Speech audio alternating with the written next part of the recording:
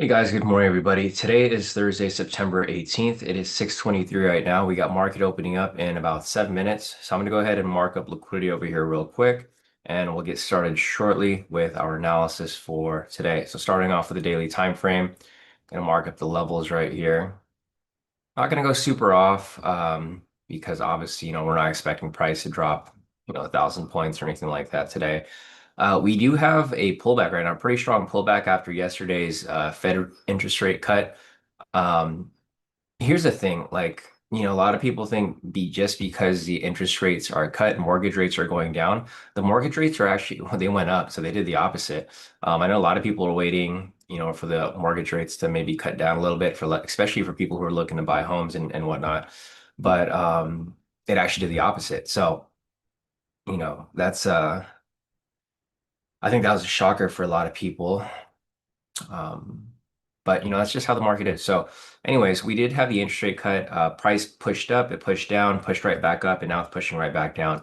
A lot of back and forth movement with regard to the cuts. Like I said, there's going to be a lot of manipulation, a lot of choppiness with regards to the market. Now we have to see how the market reacts on the longer scale.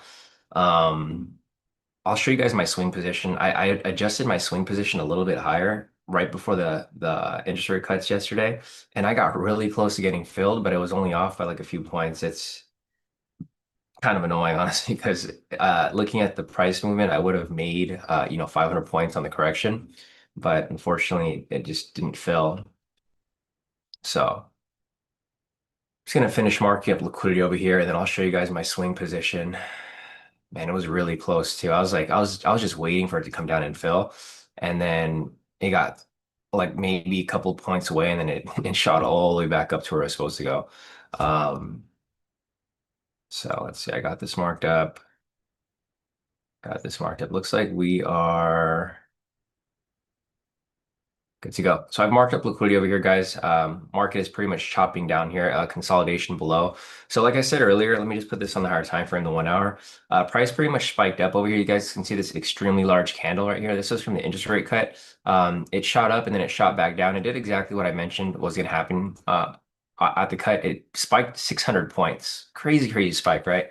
So let's look at my swing position over here. See, I moved my entry over here to 46,000. Price got really close to my entry right here and then it spiked all the way up. So I was waiting for it to hopefully come down, fill my order right there, and then catch the 500-point correction, which would have hit. So this would have been a 500-point move for me. I was doing a five contract size, so 5 times 5 times 500. Yeah, it would have been a 12,500 profit for me right there on my swing account. Unfortunately, it didn't fill. I was getting tempted to move it up to 250, but I just didn't want to do that because even if I did move it to that, I would be in profit, but it wouldn't hit the 500 that I was looking for. So it's okay. I'm leaving my swing position here, just waiting for a fill. I'm looking for it to come down. This is my YM position. So my YM position entry, I've adjusted it to 46,000. Unfortunately, did not get the fill, almost, but not quite. For NASDAQ, I did move it up as well, basically 25 points. So it was down here earlier. Now it's at 24,000. I don't know if this will get filled because it's not really pulling back. And then same with the S&P over here. So S&P, I had my entry a little lower. I moved it up a little bit. It almost got filled right there, but it shot all the way up. So unfortunately, my swing positions, again, it's another week where we get really close to my fill, but it doesn't actually fill, which is okay. It's part of the game. It just happens sometimes. Anyways, back to our scalping day trading chart over here. As you guys can see, I've marked up liquidity. Let's take a look at the overall bias right now. So the overall market structure is pretty much mixed. It's neutral on the 1 minute, bearish on the 5 minute, neutral on the 15, 30, 1 hour, and bullish on the 4 hour. With that being said, we don't really have much of a direction here. Obviously, correction is going to be ideally what we're going to be looking for. But we don't have to look for buys here just yet. We can still look for sells because price is starting to balance out to the bottom. Looking over here at the overall trend, so the 1 minute is currently bearish. You can see prices below the pivots. The trend meter is red. Pivots are angling down. Looking over here on the 5 minute, same thing, and same thing on the 15 minutes. More of a neutral on the 15. So on the shorter time frames, 1 minute, 5 minute, 15 minute, price is bearish neutral. Looking over here on the higher time frames, the 30 minute is it's more of a neutral, a bullish neutral. 1 hour is bullish and the 4 hour is bullish here. So with that being said, higher time frames are still bullish, lower time frames here are bearish. It's mixed. So we can really take trades in either direction. You have to follow momentum and see where price is moving. Currently on the shorter term, it is currently bearish. So with that being the case, if we do get a sell signal right here that closes, the momentum breakout is going to be a sell. So we just got to wait for that to close. Once it closes there, we can confirm it's going to close in about 15 seconds. If it doesn't close here with the sell signal, then the momentum breakout is going to be a buy. But we'll see what happens here shortly. So morning Singh, morning Daniel. Let's see who else is here so far. Morning Barack. Let's see, Brock said, what's your breakout call for today? I'm bullish, hoping we are on the same page. So I was bullish initially, Brock. It's now bearish because we have the sell signal which came up. So if you guys are looking to take the momentum breakout is going to be a sell. It was bullish prior, but it closed with a sell signal there. So it's actually going to be bearish for today. So if you guys do want to take the momentum breakout, it's going to be a sell today. It's going to be tricky today because you can see prices correcting down, but this can easily correct right back up, right? We don't really have an overall bias. If you look over here on the multi-time frame trend, lower time frames are bearish, higher time frames are bullish. So price can really go in either direction. You have to follow the price action, kind of see where it goes. Ideally here, it kind of looks like price is probably going to push back up eventually. Maybe not right now, but it's going to push back up eventually. If you guys are looking to take the momentum breakout, it is going to be a sell. But like I said, we don't really have a one-sided direction here. So just be cautious with the entry. If you don't feel comfortable taking something risky, I would just sit out on the breakout for the day. All right, so price is coming down right there. It spiked up a little bit, rejected off the pivots, and it's kind of sitting right here down the middle. So I'm going to mark this up as opening price. I'll come back and take a double check on that in a little bit. Let's take a look over here at let me make sure my settings are proper for the orb. So 30, 31, 32, 33, 34, 35. I think it's got to be at 34. 30, 31, 32, 33, 34. Yeah, I think I had to change this to 4. There we go. That makes sense. Let me go back real quick. I just want to make sure that these settings are proper because I don't want to be marking up the wrong orb. Let's see. So 1, 2, 3, 4, 5.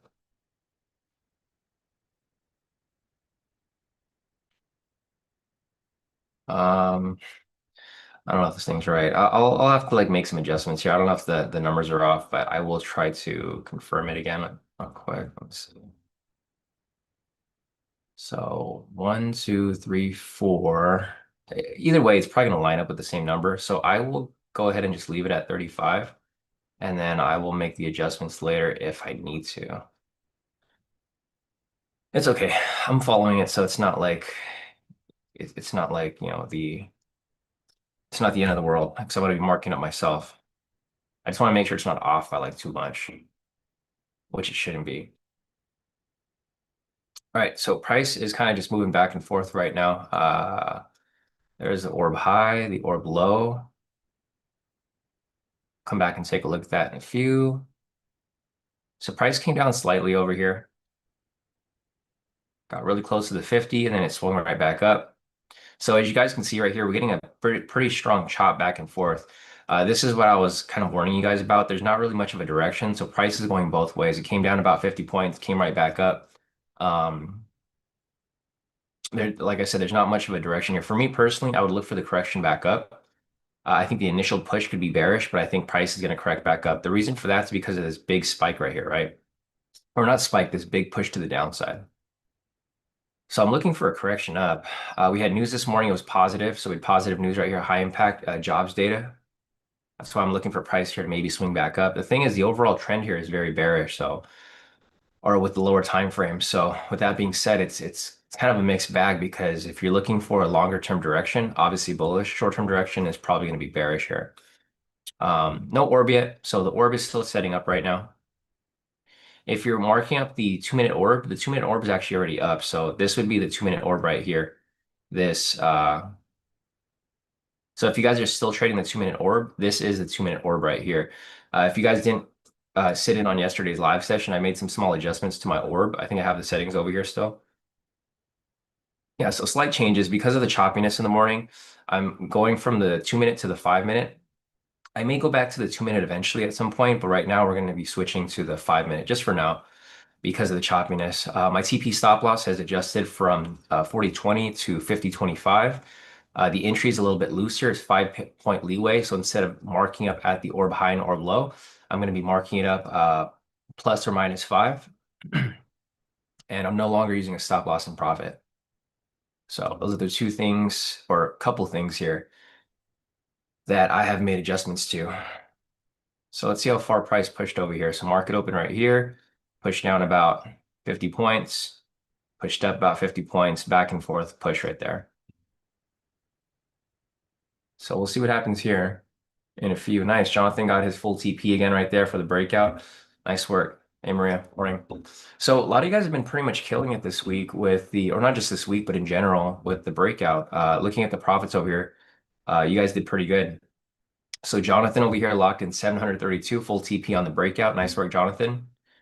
Ryan over here as well. He took the profit yesterday, 1,372. We had Arik here. He locked in 1,305.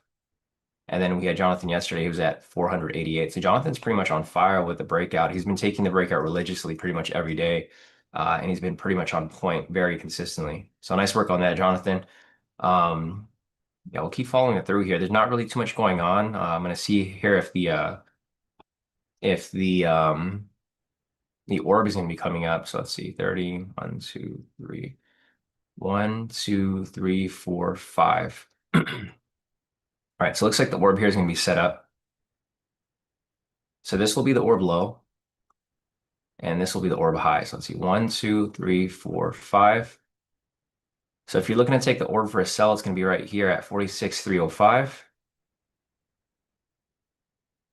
And if you're looking to take the orb buy over here, it's going to be right here at 46,422. Let me do a quick analysis of my overall trend again. So my overall trend over here is still bearish, guys, on the lower time frame. So 1 minute, 5 minute, 15 minute, it's currently bearish. Prices below the pivots, trend meters red, pivots are angling down. So ideally, I'd be looking to take the orb sell here. It's gonna be at so I give it some leeway over here, 5 points. So it's gonna be at 46,310. That's where my entry would be. 46,310 if I'm looking to take the sell here. So 46,310 is my orb sell right there. My bias right now is currently bearish at the moment, so I'll probably be aiming for a sell here, not really a buy. But we'll see. We will see what happens here as price continues to move along. This actually looks pretty good because it looks like price is going to pull back into the orb from yesterday. See how we have the orb box right here? So basically it looks like price pushed out of the orb yesterday, and then now it's correcting back into the orb from yesterday. So if this does set up for a sell, I'll probably come and take this. Entry is going to be right here at the 46,310. The orb lows at 46,305, but I'm giving it a 5 point leeway. If you guys want to take the buy here, I mean, feel free to take the buy. There's still confluences for a buy here, so there's no really like telling whether price is going to push up or down long term. I mean, long term bullish is probably going to be the case, but for today, for example, there's no really telling which direction price is going to go. It can go either way, right? Price can break above the orb to the high point, push up. It can break below the orb to the sell point and push down. If you look at my daily outlook, it's actually really strong for a buy here. So overall market bias is bullish with high conviction, both fundamentals. And technicals are leaning to the upside. The fundamentals, Fed rate cut cycle, they expected more cuts to happen over the next year. Softer labor, pre-market strength with the Dow concept, Dow components. And then for the technicals, overall, the higher time frames are in an uptrend. It's above the VWAP and breakout above 46,700. Price is obviously not there right now because price has dropped down since, but it is leaning to the upside for longer term direction. So short-term direction is probably still going to be bearish, but long-term direction is probably going to push up. Sam said I'll skip the sell orb if it comes. All right, so Sam's not looking to take the orb today. This market is pretty choppy, so I'm probably going to skip the orb today too, because the fill over here actually hasn't played out. And the thing is, so we talked about this yesterday too. You know, if we don't get an entry between, well, by 645. I'm probably going to think about maybe not taking it. So I'm still okay with looking for the entry here. But if we don't get the entry by 645, this is where I'm going to start to think whether I'm going to take the orb or not. 7 o'clock is going to be my hard cutoff for the orb. And then obviously 8 o'clock is my cutoff for trading in general. But you guys can see how we have this choppiness right here. Not really worth the risk. Here's the thing, the 2 minute orb still hasn't came up yet. So like I talked about earlier, guys, the 2 minute orb and the 5 minute orb, they a lot of times they start to or they don't start to, but they typically line up with each other. And right here, this is the 2 minute orb, the lines within. So if you guys are looking right here for this to break this 2 minute orb, this could be your possible entry. Like I said, I've adjusted to the 5 minute orb because of the morning chop. You don't need to adjust. If you want to stick with the 2 minute, feel free to stick to the 2 minute. But from my data and from my back testing, I did 1,000 trade back test and I changed the filters a little bit. Um, bearish is obviously the direction here. Prices below the VWAP on the 1 minute. The trend is obviously bearish. Prices pushing to the downside. Trend meter down below is red. It's everything points here for a bearish confirmation. So for me personally, I would stick to sells here, at least for now, just for the shorter time frames.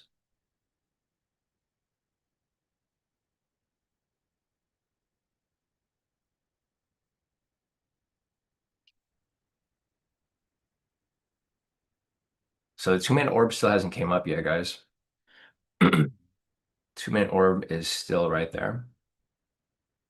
Let's see. Ed is asking, do you guys use Rhythmic or Trade I use Trade because I trade on NinjaTrader, so I use Trade so I can link them all. They're both fine. I mean, if you use with Rhythmic, you can use Quant Tower, so that's also a good option. But all the prop firms I use are NinjaTrader, so I have to use Trade. Barack said take a buy, then a sell, both full TPs, Whipsaw, Dozier. Still holding one sell for me. Anything yearning for a sell orb. Classic one man's meat is another one's poison. Yeah. It's tough because you could trade either direction, buy or sell here. You can pretty much get screwed either way because of the chop, right? Market is still chopping right here down the middle, so there's not really much of a confirmation. The 2 minute orb is gonna be right here down the middle. It looks like price is trying to break past it, but it hasn't had very much luck. I'm not really applying the 2 minute orb. I'm looking for the 5 minute, but still price is not pushed out from this current direction. So I'll come back and take a look at that in a few. Let me just clean this up a little bit.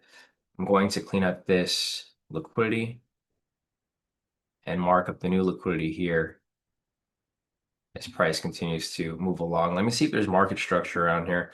There's actually a lot of market structure above, but it's kind of pointless. I don't need to mark them up yet. I guess I can just mark them up here for visualization purposes. But I mean, it's not going to matter too much because I don't expect price to come this far up. So we do have a resistance up there. Another one right there. I'm looking on my higher time frame chart over here so I can see it better, but this is where it lines up on the 1 minute.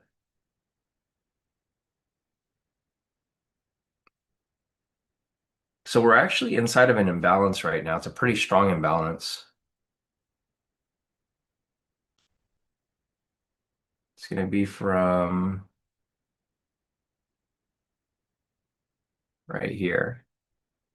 So this is currently an imbalance prices retesting it, so it can retest and come back down further, possibly. This would be nice for the orb if it actually comes back down. All right, let me zoom in a little bit. So we have a couple of resistance points up here. It's not we got a lot of resistance points. We got a bunch of resistance up here, and then we have an imbalance right here where price is currently retesting. Let me zoom in a little bit. So price pretty much broke below this imbalance. It's retested it a bunch of times. So retest right here, retest right here, retest right here. Price is coming back down lower. So if you guys are looking to take the orb for a sell, the orb for the sell is still, I mean, it still could be possibly valid. The thing with this here is that if this candle closes too big, I would be careful because price is probably going to retrace back maybe 50% before coming back down. So just keep that in mind. I mean, price here is still currently within the range. The 2 minute orb is in between. The 5 minute orb is on the outer limits.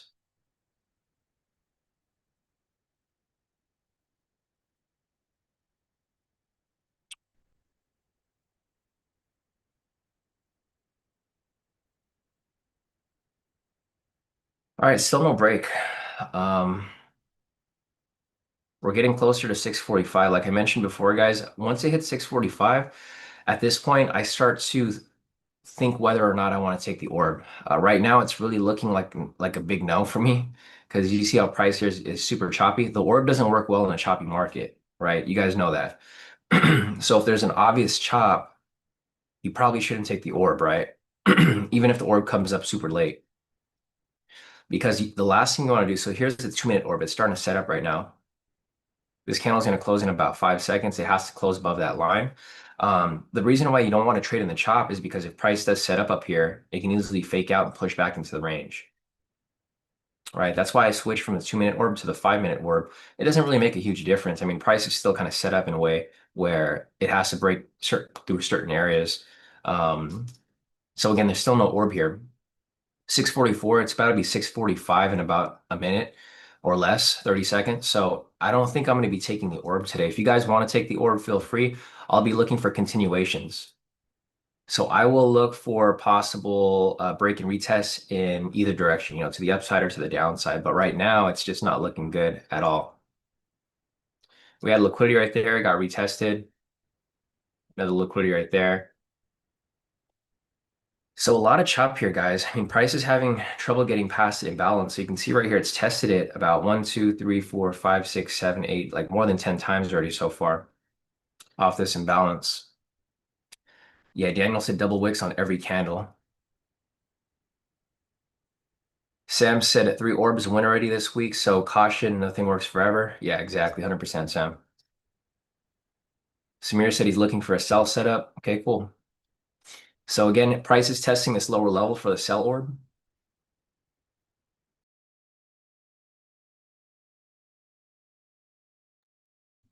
All right, so price tested the level right there for the sell orb. I'm gonna clean this up a little bit. 645, guys. So I don't think I'm gonna be taking the orb today. We are currently in a choppy market. So if you guys are looking to take entries, sweeps are probably gonna be your best friend. If you guys want to take some sweeps, feel free to take those sweeps.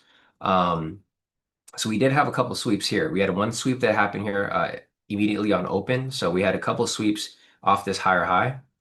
That's the first sweep that happened right here. I'll color it blue so you guys know the difference between the directional moves and the sweep. So that goes the first sweep right there, 40 points. Obviously, if I'm going to take some sweeps, I probably would take it from the top side because the bearish bias right now is currently confirmed. Looking at this so far, we got price over here. It's currently breaking past the orb for the 2 minute and the 5 minute right there. So like I said earlier, guys, the inside orb is a 2 minute. The outside orb is the 5 minute. Price here is currently testing it. If it breaks and closes past that area, this could start to set up for an orb sell. Again, I'm not taking the orb here because price is choppy. The orb doesn't work in a choppy market, right? You have to understand the market structure. If the market structure is choppy, use sweeps. If the market's directional, use orbs and use continuation moves. Right now, the market's choppy, so your best option is going to be to take sweeps. So another sweep right here. You can see how price swept off this lower high. So basically 2 sweeps right there.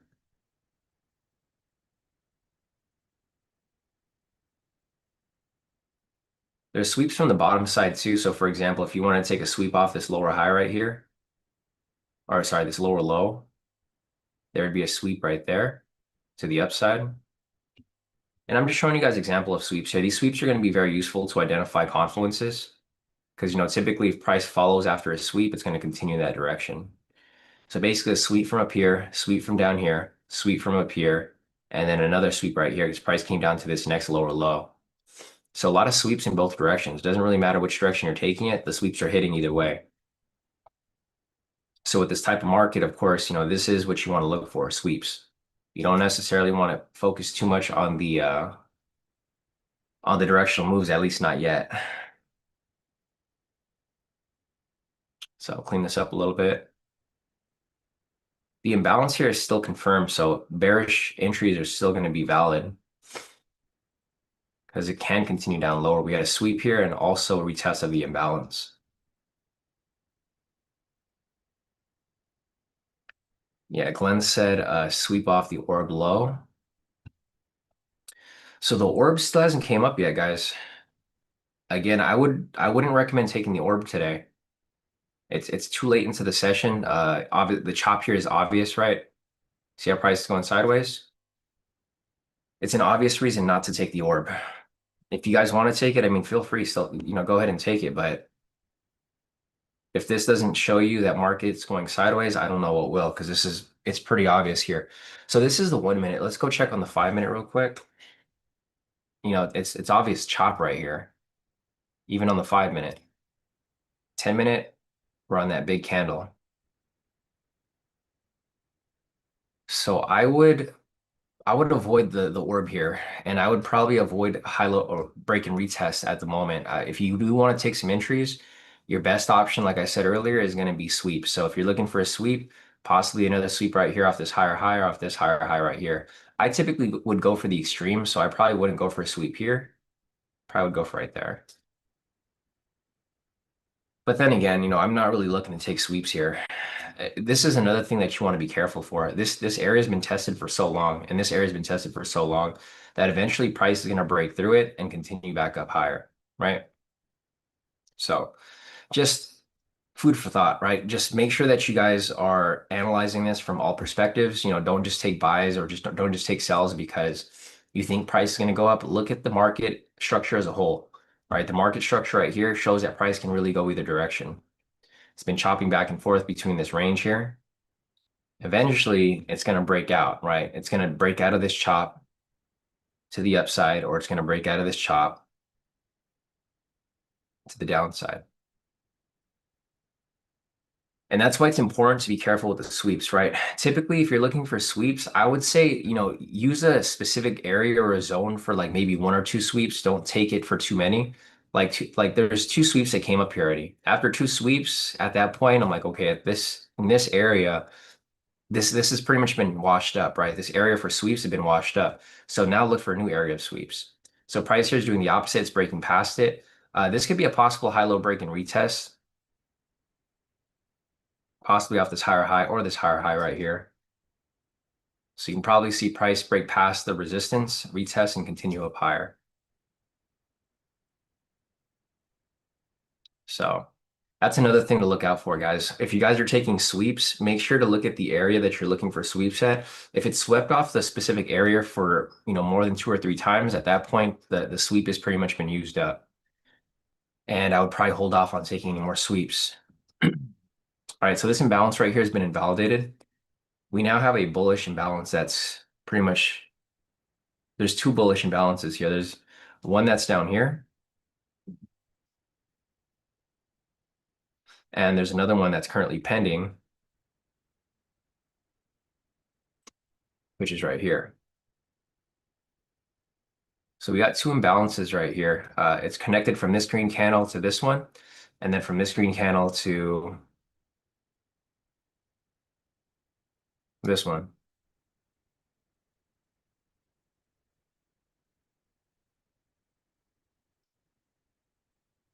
All right, so we got two imbalances right there. Neither has been confirmed yet. Once we get a confirmation on the imbalance, then we can use it as an imbalance to possibly push to the upside. Right now, we just don't have that yet.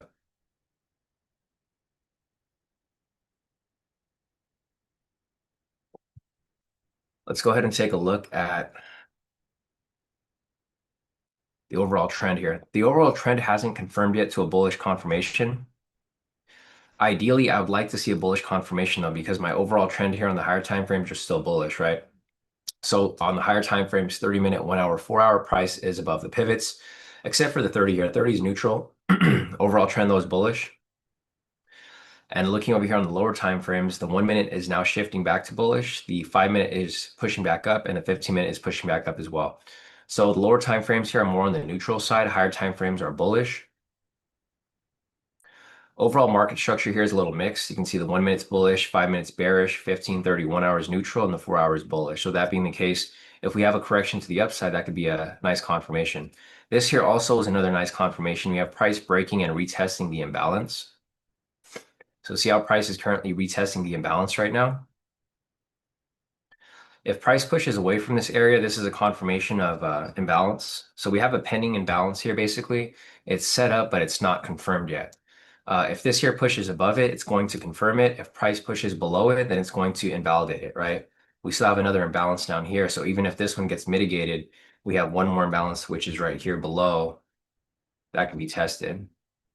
So there's two things that are going to happen here. Price is either going to mitigate this imbalance, push down to this one and retest back up, or it's going to mitigate this one as well, and come back down lower.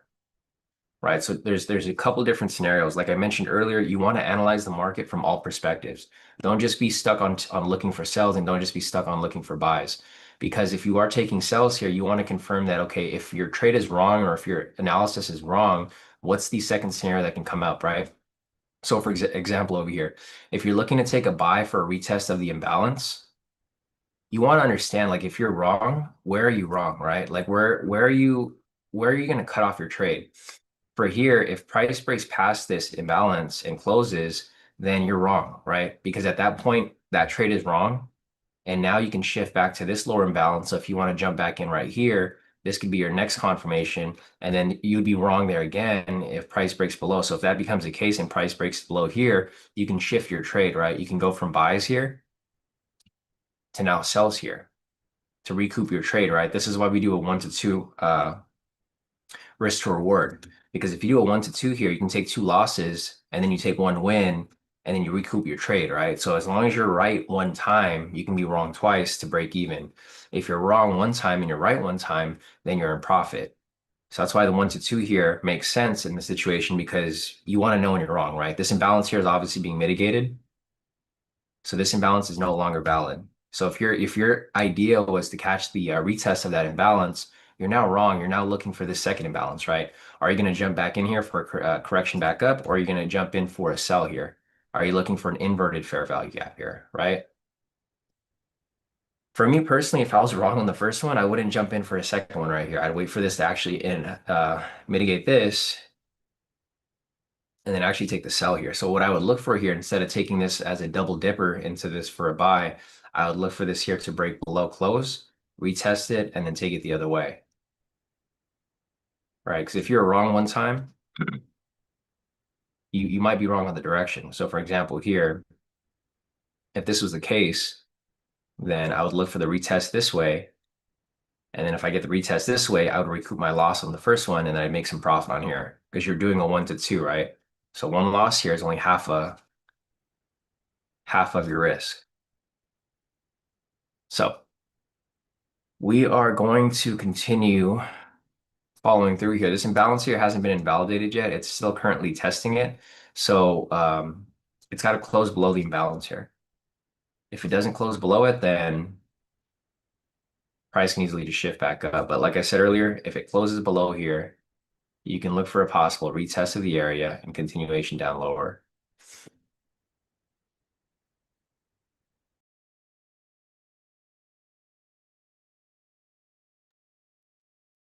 All right. Panel has about 18 minutes left on it. We're still stuck in this middle chop, guys. So let's go back and take a look at the orb. I didn't take the orb today, but let's see where price is at. Okay. So good thing we skipped the orb today, because it's doing exactly what I just warned you guys about, right? Let me clean this up a little bit. See what I talked about with the orb? If the orb doesn't come up by like 6:45, or if you can already confirm that it's choppy, it's best to just skip the orb, right? Because look at where price is currently at. I have the orb marked up right here, fake out right there, and pull back into the range. This doesn't mean price is going to shift down. This can easily fake out right here and pull back into the range too. So this doesn't mean, okay, take sells at this point. It's like, okay, understand that this is a fake out, and this imbalance here has been mitigated. So now that this imbalance here has been mitigated, there are new imbalances now from the upside. So there's an imbalance, which is right there. There's an imbalance right there. Um, we have a support level, which is right here.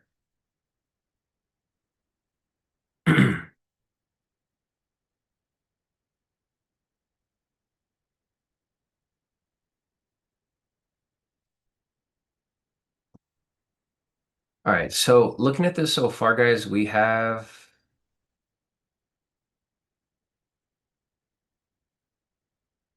you guys can see I've established the range here now. So we have an upper resistance right here, this box, and we have a support down here. Price is now retesting this imbalance. So again, like I said earlier, we're stuck in this choppy market. So it's really hard to take these directional moves. Price is rejecting off the imbalance. You get the confirmation right there where it rejects off it, then this could easily come back down. There's two ways to look at this right here. If price closes above the imbalance, it's mitigated it. If it closes below the imbalance, then it's going to confirm it. It's got 8 seconds left on this candle. We'll see if this closes above it or below it. I mean, either way, it's trapping in both ways. Exactly, yeah. Sam said trap and trap. Daniel said it was such a weird spike on that candle. Yeah. All right, so right here again, price has failed to break past it on this current candle right now. You guys can see like every time there's an imbalance, it just gets mitigated. And this is another example of, following sweeps um versus directional moves. Because there's obviously no direction here, right?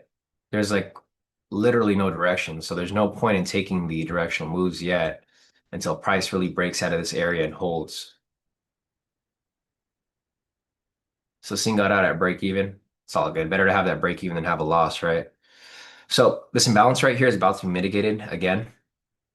You can see whenever this is why I don't like trading imbalances, guys. I like looking at imbalances for confluences, but not exactly to trade them.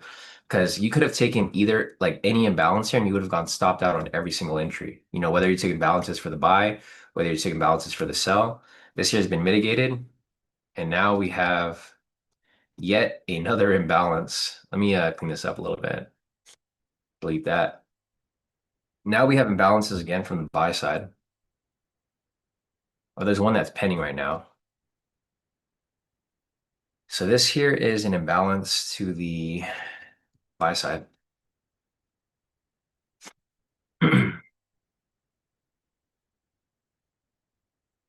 We actually have another support here too. So we have a new support, which is from here. This could be so we're having support that's starting to produce from the bottom. This might be a confirmation of reversal. This is why it's important that you guys don't just jump into these reversals right away. But we do have confirmation of support right here and then support right here. If we have these two supports, this is starting to show that price is now starting to climb back up, which is what I was looking for anyways here to begin with. So we got price pushing up. We have an imbalance right here. It hasn't retested. We actually have another imbalance that's setting up right here too.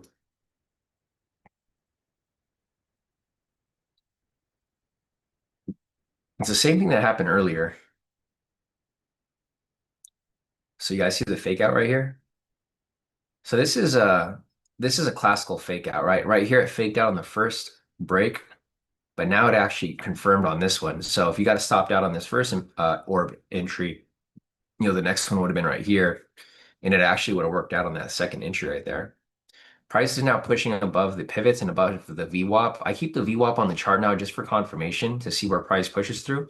You can see our price is now pushing above the VWAP. If it closes above the VWAP here, what I would say is look for a break and retest of that and a continuation up higher. The VWAP's good to identify, where price is going to continue pushing and if it holds above a certain area. So price is now above the VWAP, guys. This is a good sign that buys here may hold.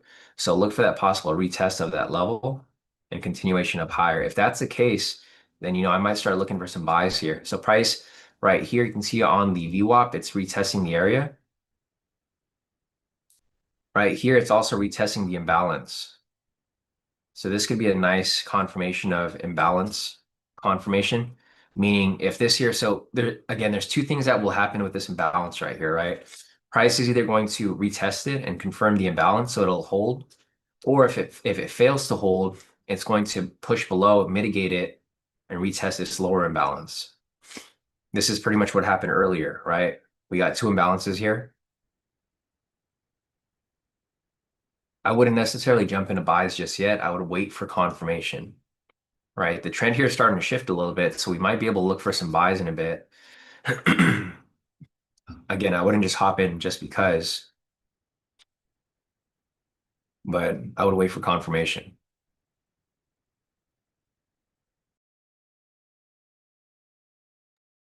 All right, so what I would look for here, this is exactly what I'm going to look for if I'm going to look for an entry here for a directional move. I'm looking for price to retest the imbalance, push above, and retest its higher high. So this is exactly the pattern that I'm looking for. It's basically a head and shoulders. For this setup right here, I would look for, see how we have a higher high right here? I want price to come down right here, establish a low, and then break above this higher high again over here. And that's where I'm going to take my entry on the retest, right? That's what I'm going to be looking for right here, guys. So I just got to be patient. You know, we both got to be patient. We all have to be patient here because we want to see a confirmation. This here, there's a lot of different setups that can come up here, but that's exactly what I'm looking for. So right here, we have a higher high. This here hasn't been established yet. In order for this higher high to be established, we need to have a new low here. So I'm looking for this to establish, retest the imbalance, break above, and push up higher. If that's the case and price continues to push up higher from here, this is fine. I'm not ready to take the entry anyways, right? I need to have this established first.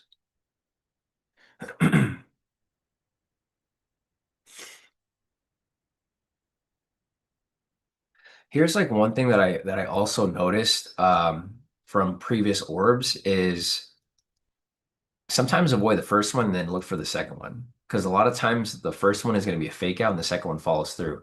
The thing that I like here though is that price is holding above the VWAP. This is indicating that we're now shifting to an upwards trend. But again, I still need this higher high to be established first.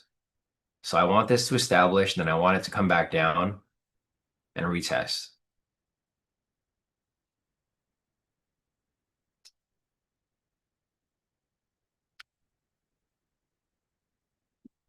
Yeah, exactly. Sam said worked is what we want, right? Yeah.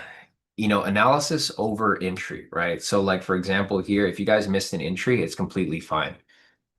Sam over here and Daniel were looking for that buy right there. They missed it, but you know, it's good the analysis played through because at least you're on the right track.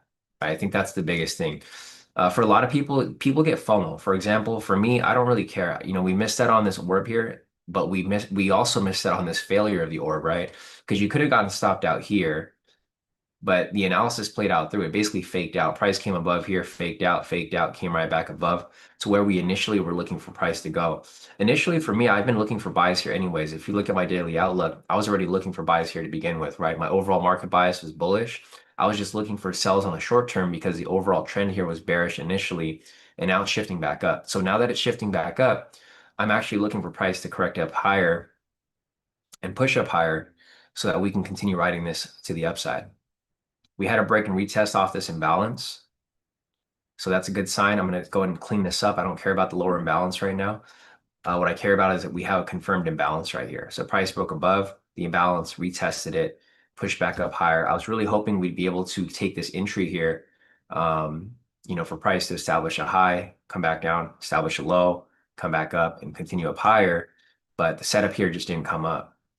These high-low break and retests, they just haven't been coming up lately, unfortunately. But it's all good. You know, again, we're not really looking to force any trades here. Unfortunately, I haven't had any like official trades this week so far. Um, there just hasn't been too much to this week. It is Fed week, so it was expected to be a choppy market. Um, if you guys are looking to take the swing trades, you can see over here my swing trade again. Unfortunately, did not fill. I got really close to it. So I had my swing, my buy limit hanging out right here at 46,000. Price came down, almost filled, but didn't.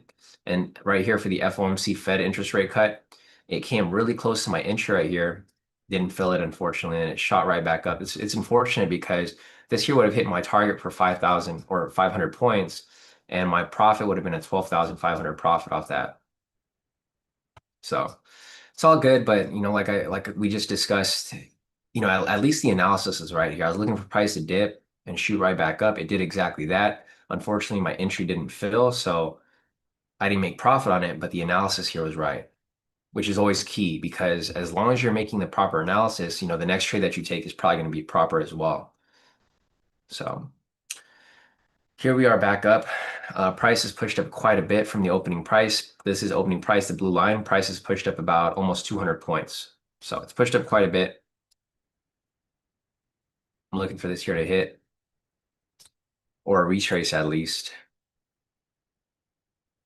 so that we can catch this continuation up higher. So this higher high, again, is still not established. It's currently 7:08 right now. My cutoff for trading is 8 o'clock. I was really hoping to get an entry here before 7, but unfortunately just hasn't came up yet. Visual said the 2-minute orb played beautiful, got 102 points. Nice work, Visual.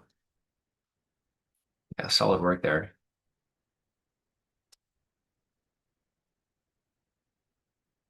So we have price holding above the VWAP. Obviously bullish confirmation here is now holding. So it did exactly what I mentioned earlier. So I talked about this. I said if price comes up, look for that retest and continuation up higher, right? Price came up, retested the VWAP right there, the blue line, and pushed up to that next level right there. So what I'm going to do today is or I'm going to try to, I'm probably going to try to convert this orb indicator into a back testing script. So I know a lot of you guys want to test it. The reason why I'm going to do that is because I want to test the different time frames for the orb. So I'm going to test the orb. I'm going to work on the code here for this. This is just a basic orb markup, but I'm going to be setting up as a back testing script. So hopefully I can get that done. Hopefully by the end of the week, if not by next week, and then by then I will I'll be able to just run the strategy back test, and we can kind of make adjustments to the orb when we need to. Whether it's better at the 5-minute, whether it's better at the 2-minute, 15, 30, 45, 1 hour, whatever. Um, I'll try to work on that today because we already have the setup here. So here's another thing that I started to notice too. I like to use these levels as a confluence. So see, for example, right here, we had two confluences. Price rejected off the VWAP and it rejected off the first standard deviation. This could be another possible strategy to look at. Continuation right there. Let me check yesterday's because it's a pattern that I've seen. If you have confluences like that, they usually play out pretty nice. So right here, we didn't really have that type of confluence, but I mean, it's the same thing. It rejected right here after standard deviation 1. And this could have been rolled up to the standard deviation of 2. Let me check the one from previous day. It's just something to look at. Whenever I see little inconsistencies in the market, this is kind of where you could pick your edge, where you could find your edge. So right here, there was no retest of it, but price did test the area. It was a retest of the orb, but not exactly the standard deviation. So it's not always going to play out, but I think it's a good confluence to look at. Let's look at the previous day, Monday. Monday's not going to show, I don't think, because of the contract flip. Yeah, so there's no retest of the standard deviation here. It was too late in the session. But it's something worth looking at. Let me just check one more day on Friday. This was NFP, so probably not on this day either. Yeah.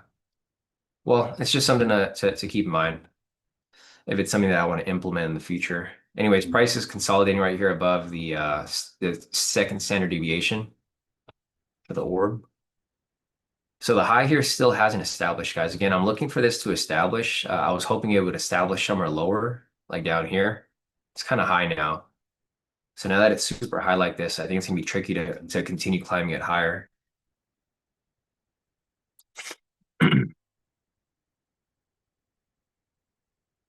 Yeah, I'd be careful chasing this for a higher push, guys. I do think price will push up, but I'm expecting there to possibly be some fake outs. This thing can't push up forever. It's gonna have to pull back at some point. Still not established. The higher high there, it just keeps getting pushed up higher and higher.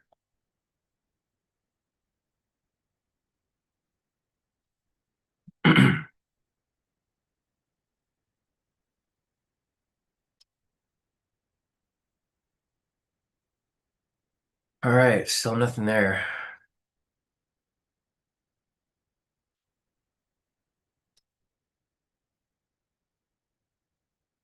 Let's see. Visual said, Sean, I've been back testing and following the 2 minute order for almost 2 years. Stops cannot be too tight. Should go above or below the range. I know sometimes range is too wide, but the win rate is too high. Okay, good to know, Visual. So let me see. So basically, what you're saying here is you'll typically put your how wide's your stop loss usually? Because yeah, it makes sense, right? I was kind of looking at that. There was a couple different places to place a stop loss. It was either going to be the mid range for me, or like you said, the lower, the lower end of the range. So if that was the case, I mean, it could work, probably for a 1-to-1 because it's a little farther out. And I mean, it could be good. So I'll probably take a look at that too if I would need to make some adjustments to it. I mean, you were on the 2 minute orb, so it was actually a lot tighter. The 2 minute orb was right here. Where is it at? Yeah, 2 minute orb would have been right there. Yeah, because initially, so we've kind of made adjustments along the way. Before it used to be a 1-to-1, right? Like a 50-50. And then we went from 50-50 to like 40-20. And then now kind of adjusted a little bit, 50-25. I've always looked to see if I can place it at the a little bit wider, but I'll keep that in mind. I'll try to test out other stop loss parameters. I know a lot of people like to place their stop losses at like say the swing low. For me, I don't really like placing stop losses at the swing low because I feel like everybody places their stop losses there. So for me personally, I like to use a fixed TP stop loss.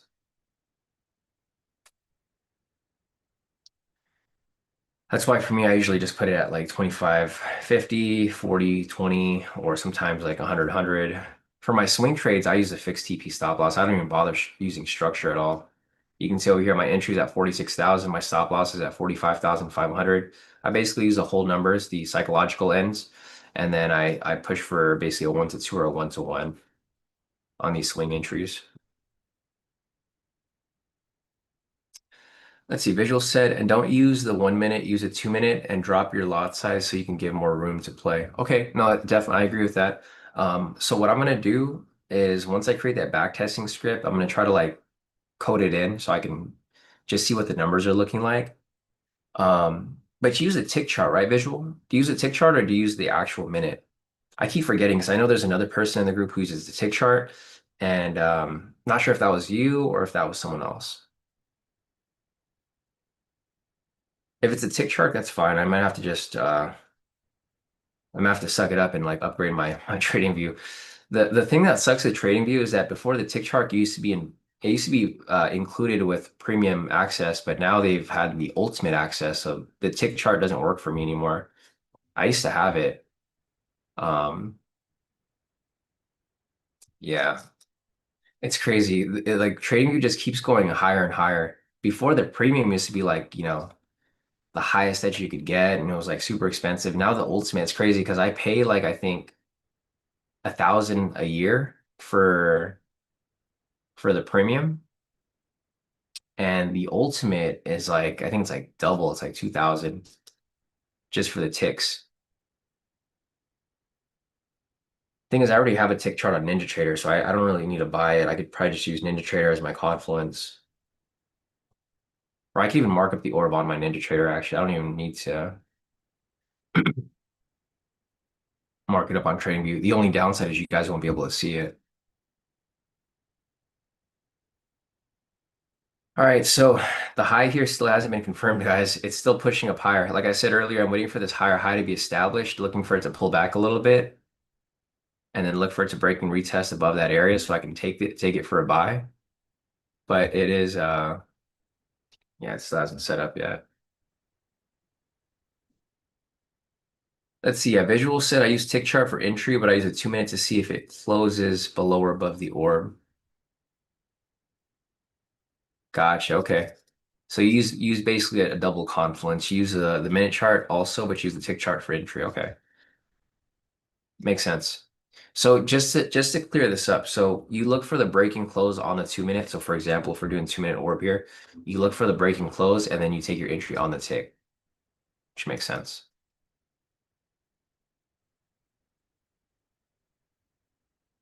Let's see.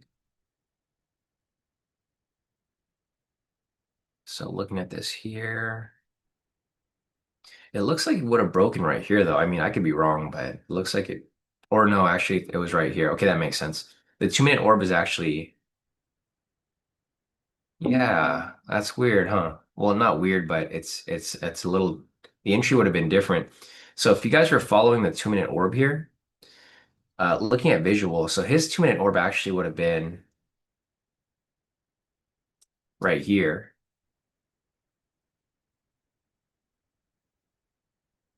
Yeah, so his orb hit, but if you were on the 1 minute, it's actually different. No, actually, it's the same thing. No, my bad. It's the same thing. It still would have closed above it right there. So yeah, visuals orb there. The thing with visuals entries, I don't think you take the retest, right? You just get in right away. So his orb would have been right there for the 2 minute. For me personally, I look for the retest. So I would have been screwed on this trade because if it would have retested right here, it wouldn't have been a good entry. The orb here also came up really late. So it came up right here at 6:49. So 6:45 was my where I started to take caution on the orb. And I don't think it would have lined up with mine anyways. Okay, but yeah, all good points there to take into consideration and look forward to like with more testing of the orb. Like I said, guys, right now I shifted to the 5 minute. This is temporary because we've been having a lot of chop for the past 2 months. If we go back into a directional market, I can easily just shift back to the 2 minute. There's no need to be stuck on one setup there. The thing with this is that the buys they just wouldn't have lined up with my confluences because my price is below the VWAP, so I still would have looked for sells here for the orb specifically. Now that price is above though, I could look for that to push up further. Gosh, okay, yeah. So visual uses Quant Tower and it automatically populates a 2 minute orb. I'll probably create a tool on NinjaTrader to do the same thing. Or I mean, there might be a tool here already. Let me see. There's no entries for us right now, guys. I'm going to see if there's a tool here for the. I still haven't completely figured out NinjaTrader. Let's see.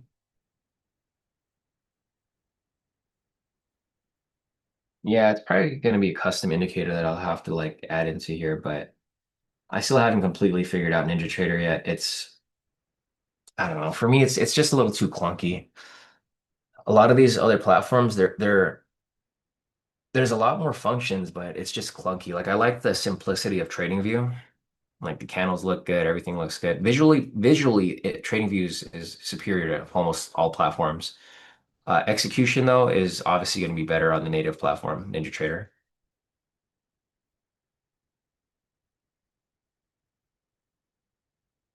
Yeah, sure, Visual. If you want to share, I mean, that'd be great. I'm always open to collaborating with you and seeing your perspective of it. If you want to message me on Discord, that'll probably be easier to so that we can kind of have a thread going. Or if you want to share with the public, you can also just put it in the team chat, and we can discuss it there as well. Nice work, Ryan. So Ryan over here is on fire this week. You've been killing it. So Ryan over here, he locked in 900 for the day. Great wins right there. Ryan's been on a pretty nice streak.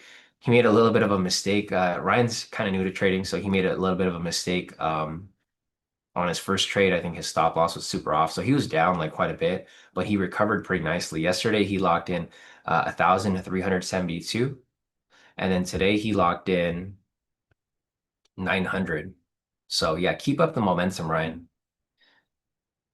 You have to run with it. When you have a momentum like that, your streak is likely to continue. Just don't get too overly confident, but yeah, great work there. Oh yeah, no, I have that one visual. So I do have that one. This is the one that I'm using right here. I'm gonna use their source code to turn it into a backtesting script. That's what I was gonna use. So Lux Algo has some pretty good tools, guys. This tool right here below my overall bias, this is a Lux Algo tool. I don't think it's really necessary for everybody. It might be overkill. I think I paid about 1,000 for this to use it for about a year. I'm using this to just get ideas. For me, I get a lot of ideas from other tools. Like for example, this screener right here, I'm just using this for now for maybe a year or so to identify like what I need, and then I'm going to basically reverse engineer it for my own. So I'm just using this because it's easier. It's easier for me to just use someone's tool to build it myself. Obviously, to build this out, it's going to take forever. Um, so I'm using it just right now to understand like what they use it for, how it works, how accurate it is, what confluences I need from it, and then from there I'll build out my own. But yeah, visual. I am using the Lux algo in here for the orb. I'm gonna pull their source code. I think the source code is already available. Yeah, it is.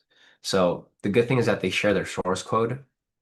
That's why I don't mind paying for Lux algo stuff because they provide so much, right?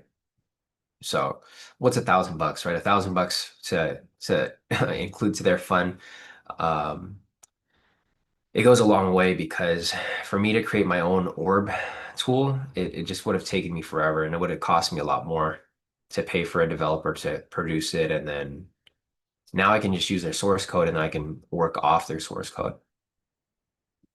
All right, so we have a possible high-low break and retest setting up right here, guys. We have a higher high, we have a higher low right here. If you're looking to take a buy here for a high-low break and retest, it's going to be right here at 46,607. There's going to be a little bit of some issue here for price to break above because you can see there's a lot of resistance right here. So I need to see price action actually break past this area pretty strongly and hold.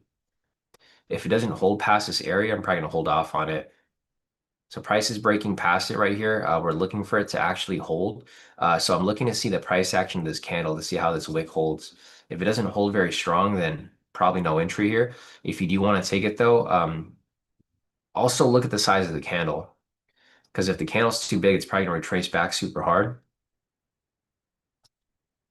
And we also have a sessions up here. So I'm going to try to clean this up as much as I can.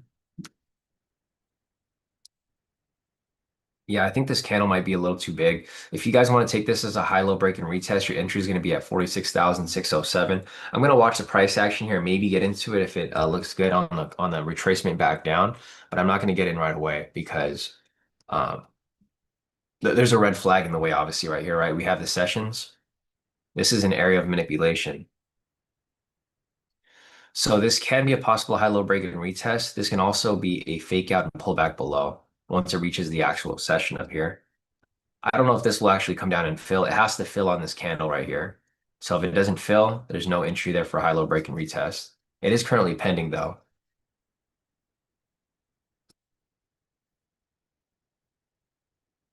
So we got the resistance over here kind of breaking through. It doesn't look like it's going to pull down and retest. So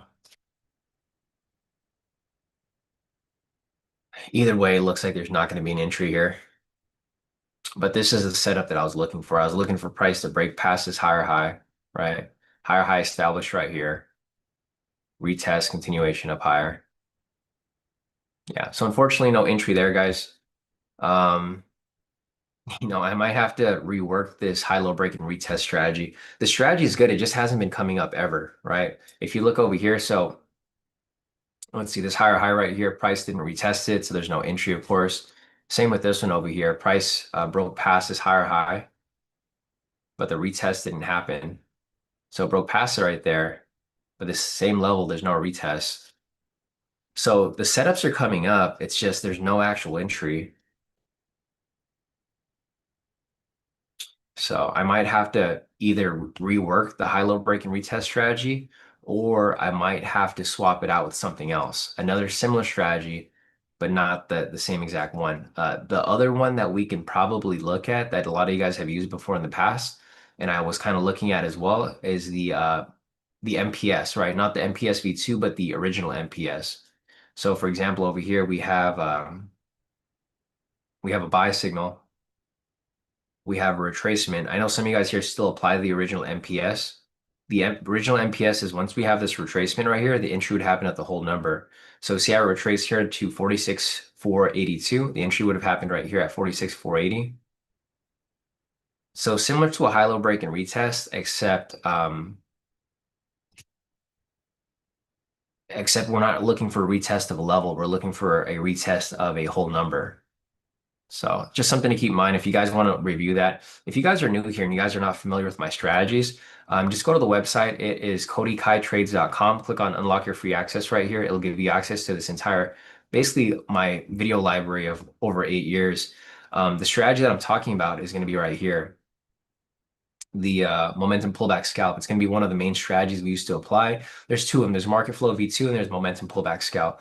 I think the momentum pullback, these are very similar in a sense. So like I said earlier, here's my playbook for, I mean, what I'm currently using right now.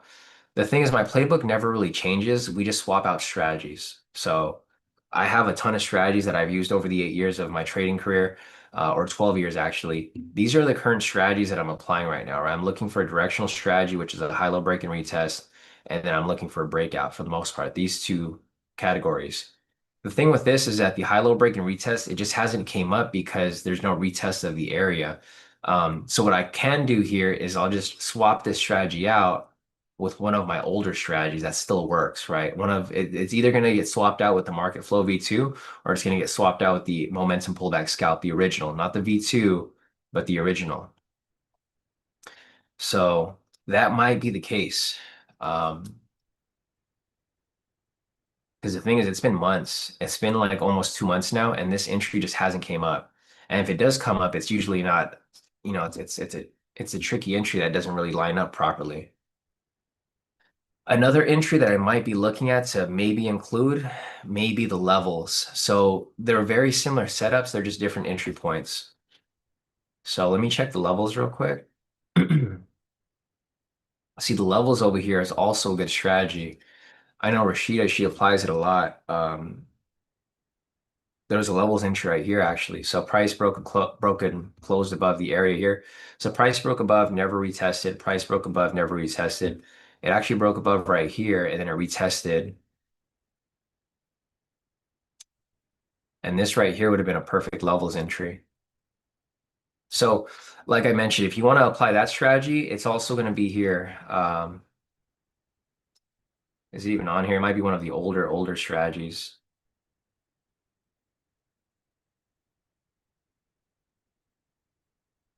It's one of the directional entries. So yeah, it's going to be somewhere down here. But anyways, if you want to look at this, guys, this is completely available to you guys for free. Just go to the website, codykaitrades.com. If you're on the YouTube, just scroll down to the description. You can find the link there. And it'll have all of my strategies and all of my tools here. So what I would say is, you might want to get familiar with my older strategies because we might be swapping strategies out. And if you don't want to go back and review that, I mean, just follow my analysis. I'm going to explain it anyways if we come back to that.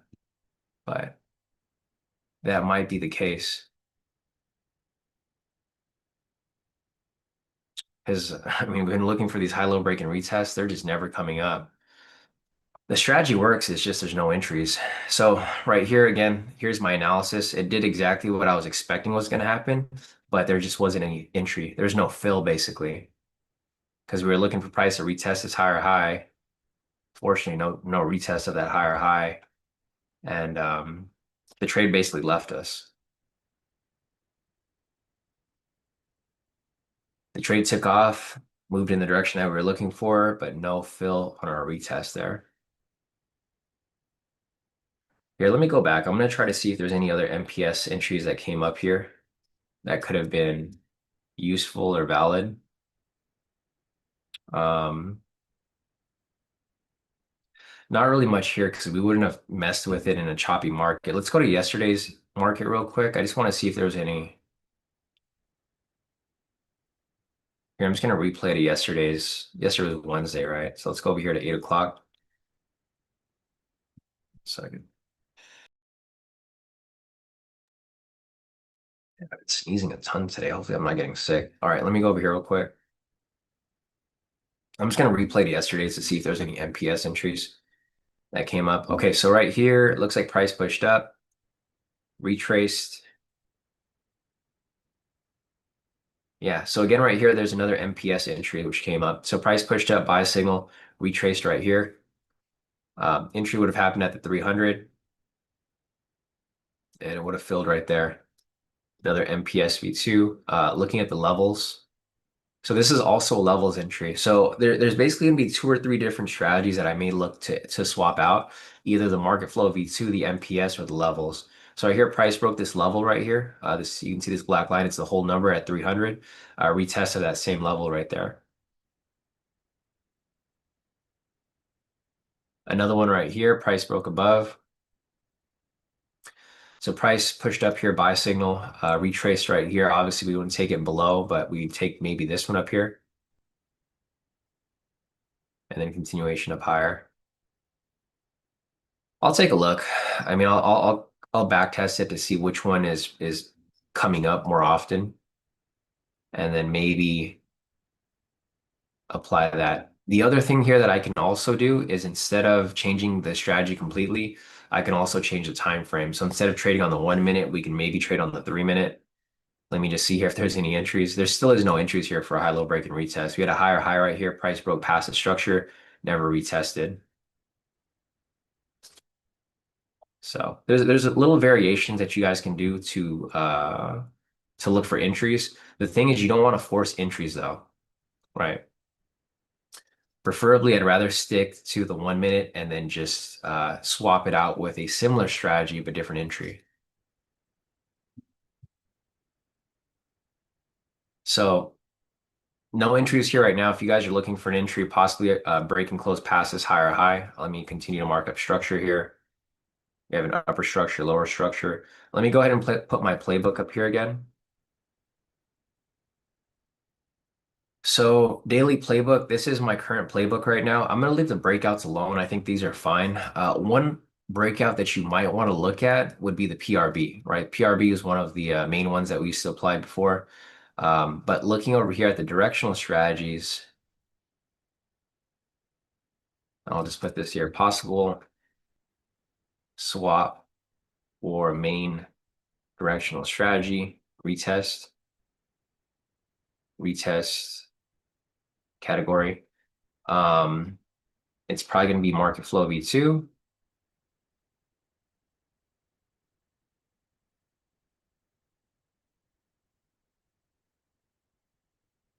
Pullback scalp, original, or levels entry.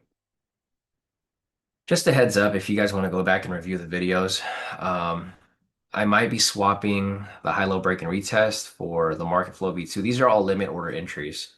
So market flow V2, momentum pullback scalp, the original, or levels entry. I tend to, I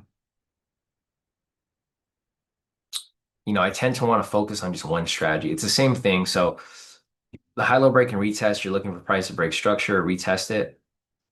All these strategies are the same thing. So for example, here for the market flow V2, we're looking for price to break past the structure. And here's the market flow V2, which came up. So price broke above structure right here, which is the pivots. Right here, price pulled into this level. Entry would have happened right here at the 60. And another full TP right there. So there's a lot of other entries that are coming in. It's very similar to what we're already applying. It's just looking to swap it out to an older strategy that still works, but it's just different entry points. Instead of using the higher high, we're now going to use maybe the pivots, or we might use the levels, or we might use whole numbers. So just something to keep in mind. So uh, we'll see if we get something here. If you guys are looking to take a high-low break and retest again, you're going to look for price to break past this higher high. I don't know if this here will play out, but we'll continue following to see if it does.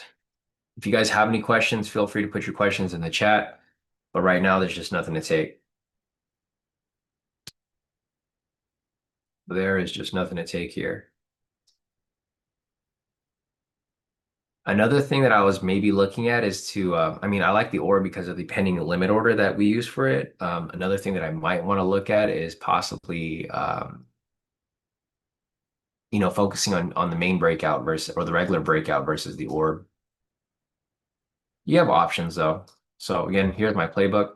You guys have options, right? You have options with limit orders and you have options with market orders. It's usually the same setup. It's just different entry point. I like the limit orders because it gives you more of a confluence or confirmation before taking the entry versus just getting in on the break and close. All right, looks like we're going into some consolidation here, guys. It's 7:38, so we still got a lot of time until 8 o'clock. It's just if there's not much movement here, then we might kind of stay flat. Sam over here, unfortunately, he took a sell scalp based on greed, FOMO, and unfortunately hit a stop on it. It's all good, Sam. Yes, Singh said fighting FOMO after my long got stopped. He's done for the day. Could have been a home run. Tomorrow will be better, if not always next week. Yeah, it's a good way to look at things. That's why for me, I'm still flat for the week, guys. Pretty much haven't taken anything this week. There's entries which have came up. A lot of them, there's just no fills, especially for the directional continuation moves. But I'm okay with that. The analysis was pretty much spot on every day this week. We analyzed for markets to move in a certain direction. It worked and it moved in that direction. Just unfortunately, there was no fills for me. So we have an imbalance right here. If you guys are looking at this, there's an imbalance which is right here, I believe. All right, so there's an imbalance here that's going to be retested. This imbalance is from this green candle right here to this one up here. These two green candles, it was established from this big green one right here in the middle. So what you might want to look for here is a retest of the imbalance to confirm it. Actually, it's already been confirmed. So confirmed right here on these candles. This would be a second retest of the imbalance. So it already broken retested right there. And here is a second retest. Second retest could happen. Anything after the second retest is probably going to be a flop. It's probably going to mitigate it. Yeah, and unfortunately, Sam here, you took a sell, but I think your stop was just a little too tight. Yeah, your stop was probably just a little too tight. Your analysis was right. It's just your stop was too tight. Took it off the 15-minute order block.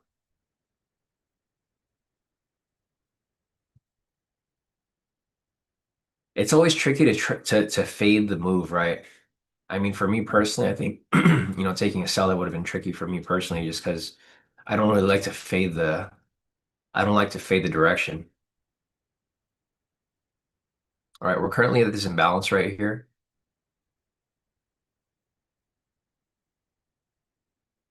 We are currently in the imbalance. We have some resistance up here. So I got this upper resistance.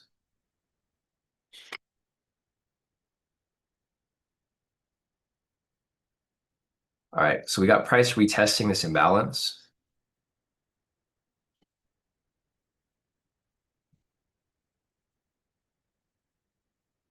We'll see where this goes. How are your trades for the day, Brock? I know you're holding that buy from earlier. Hopefully you held on to it long enough for it to correct back up. Unfortunately, none of my swings here are filled. Even if I move my swing up a little higher, it wouldn't have gotten filled today, at least not yet. This is why I can't be a swing trader, guys. I'm trying really hard to be a swing trader here, but it's or swing trade on my swing account, but it's really frustrating because it's been like almost 3 weeks with no, or yeah, it's 2 weeks for sure with no fills on my swing account. That's the thing with like swing trading. You have to be able to be patient and wait for your entry. I don't think I could ever go like 2, 3 weeks without trading. That's why like I need to have a day trading account for just my day trading, and then I need to have a separate swing account just for the swings. I can't imagine being on the charts like every day and then not getting any fills or no entries for like weeks, if not months on end. But that's how swing trading is. Some people like it, some people hate it. For me personally, it's not my favorite way of trading. Although I'm still gonna keep trading it. I'm gonna keep trading it, but I'm just gonna keep leaving my pending orders there to get filled whenever they can.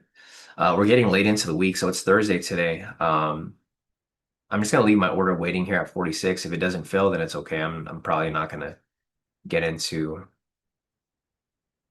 any swings for this week. If anything, I might move it up one more level. So I might move it up here to 46,250. But the thing is, I don't really want to hold my position over the weekend. All right, so we're testing the imbalance here. This is a fourth retest. We have a or third retest. We had a retest right here, second test, third test right there. We'll see here if this ends up.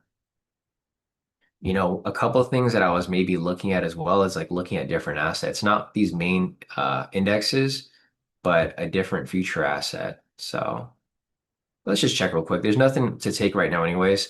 So I think a couple of the main ones that people trade are like gold, right? The strategies still work perfectly fine on other assets here. I'm curious to see what the breakout would have looked like for a gold here. Here, let's see. I'm gonna leave this one alone because this is my main chart. And I'll just flip to my breakout chart here.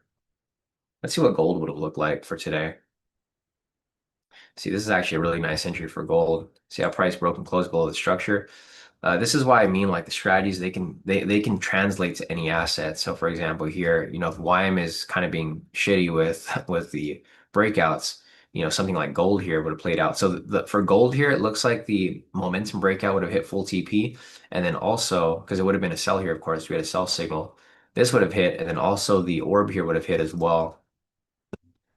One of the other main ones that people like to trade is like oil.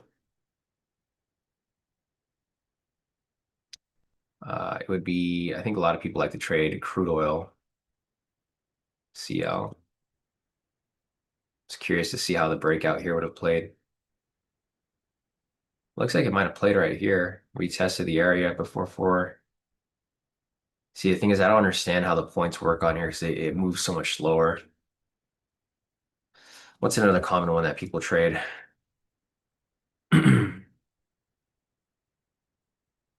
Silver is going to be just like gold. So there's, if you're going to trade a metal, it would just be gold.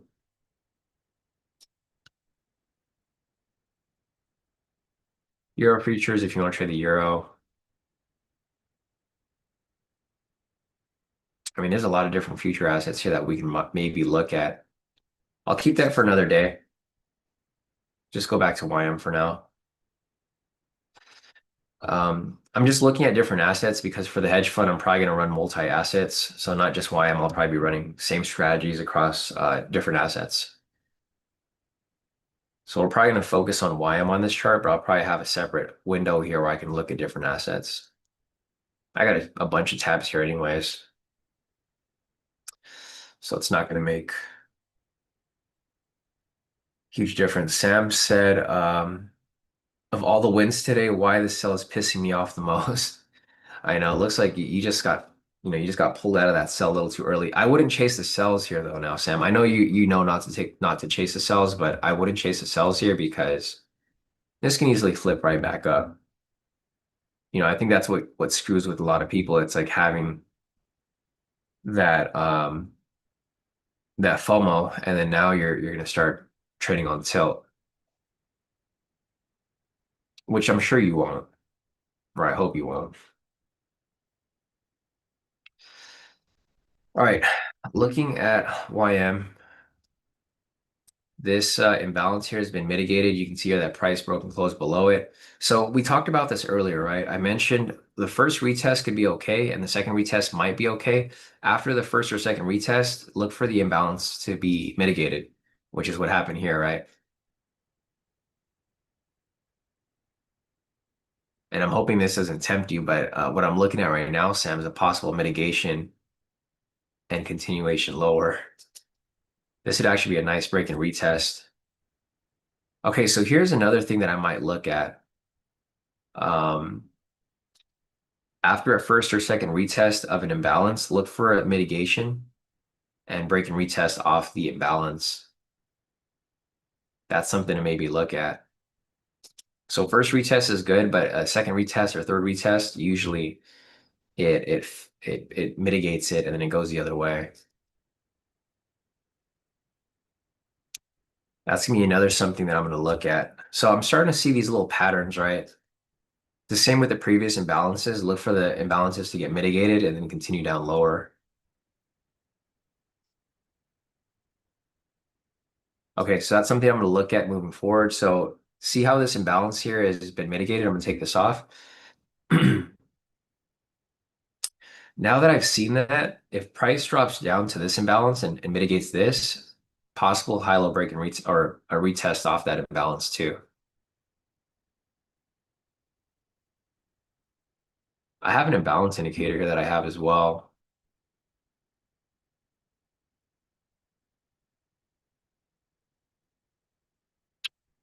I can't see the older ones though, because they've been mitigated already.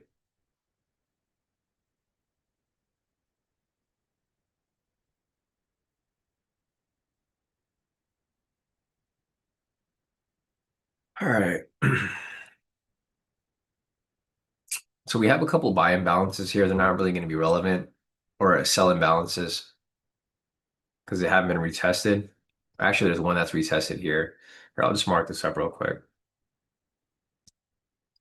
There is a small imbalance right here. Okay, so this is what I might look at. There's an imbalance right here. It already retested. So what I would look for here is for price to mitigate the imbalance and then push up higher. Because this would be the second retest of it, if and when it does come up.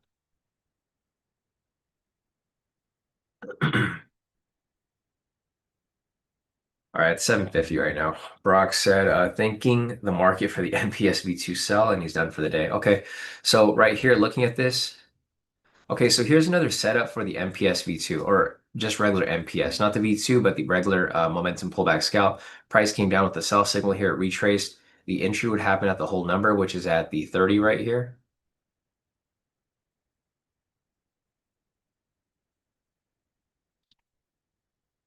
And like I mentioned earlier, so this is a strategy that I would swap out my high-low break and retest for, just be the basic MPS. So sell signal, retracement. If we were to turn on the levels, so levels, I would set it at 10s instead of 50s. Yeah, it would have happened right there. Sell signal, retest, or retracement. And this whole number right here at 46,630 would be the entry for the levels, or not the levels, the MPS.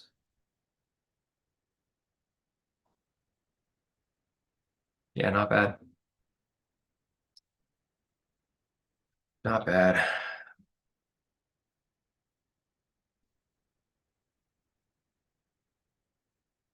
All right, we have another imbalance right here that's currently pending.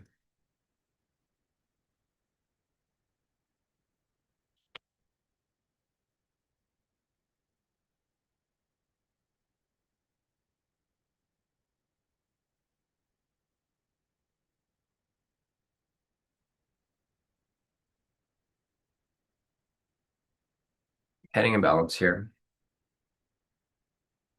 So everything that we discussed today, guys, take this with you to the next trading session. Everything that we discussed, possible swap out of the strategies, the confluences here that I kind of looked at, these little inconsistencies with the imbalance. This is one thing that I've been noticing over the past couple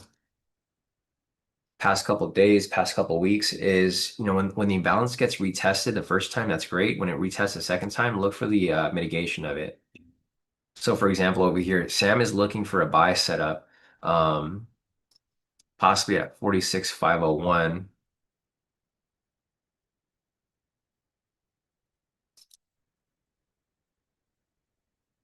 Yeah, possibly.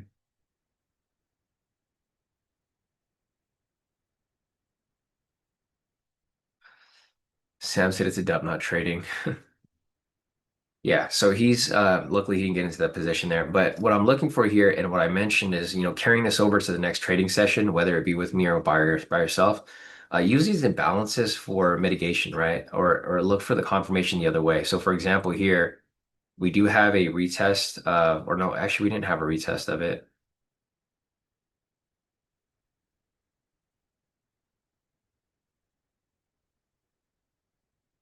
Let me fix this. Yeah, so we don't have a retest of this here. I would look for a possible retest, and then on the second touch, I'd look for it to mitigate and retest it the other way.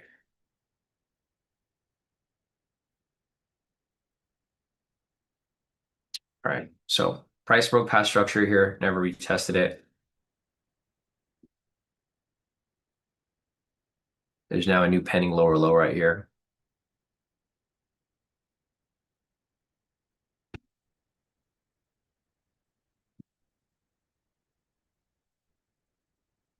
Let's see. So Barack said, I think most of the strats you have hit when the market is liquid, but MPS related strategies have been good to me.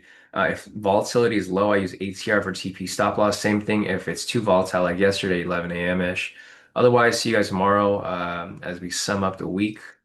Hunt cautiously, good people. Yeah, definitely, Barack. Oh, one question before you go, Brock. Are you still using the other strategy that you were trying to go over with me? Because I remember you were trying to explain to me the other strategy. I don't know if you've kind of scrapped that strategy or if you want me to still look at it. I just honestly I didn't have time to look at it when you were trying to tell me about it. As much as I mean you were looking at it, I'm not sure if you're still applying it. Okay, got you. I'll just go back to our old messages and I'll take a look at it. Maybe that's something we can implement. So that's good. Yeah, Brock. So Brock actually he helped us with put together the MPS V2, I believe, right? I had the original MPS, and then Brock introduced to me another variation to it, which is why we created the MPS V2. Um, they're both good strategies. So the MPS is you're looking for the retest, and for Brock's MPS V2, so like say for example here we're looking for price to come down, right? There's just two different entry points. For my MPS, the original price would come down, retrace. I would enter from right here on the retracement. For Barack, he would enter on the confirmation. So he'd look for this, and he'd actually enter later for a later entry, but more confirmation.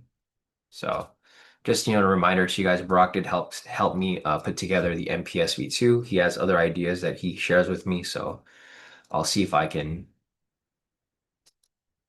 rework his other strategy as well, and then maybe something to share with you guys.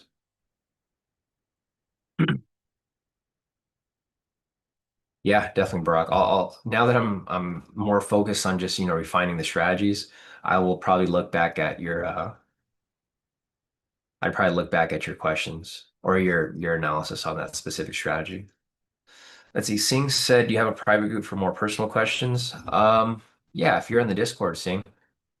So just go to the Discord here. You can if you want to talk to the group, you can go to the Discord here and you can ask questions in the team chat. Or if you just want to message me privately, you can do that as well on Discord. Just go down to the description. So if you scroll down to this description, there's a link right there for the Discord community. Or if you go to the website, so again, just go to the website, codykaitrades.com, click on unlock your free access right here.